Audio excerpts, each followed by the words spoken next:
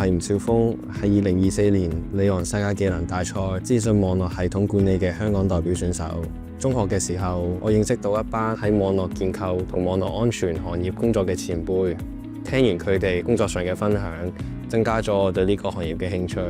中學畢業後，我選擇報讀 VTC 嘅電訊及網絡科技高級文憑。喺呢個課程中，我學到唔少關於網絡建構同通訊系統嘅技術。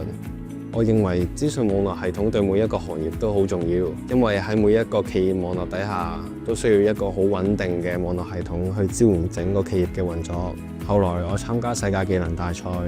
當中嘅訓練令我學識到更多現時行業使用嘅最新技術同系統，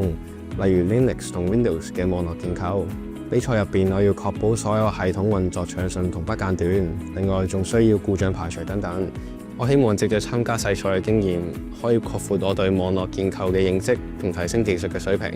從而喺將來嘅工作中發揮所長。無論係公共機構定商業公司，穩定嘅資訊網絡系統對於日常業務嘅運作非常重要。世界技能大賽資訊網絡系統管理係一個考驗選手理解、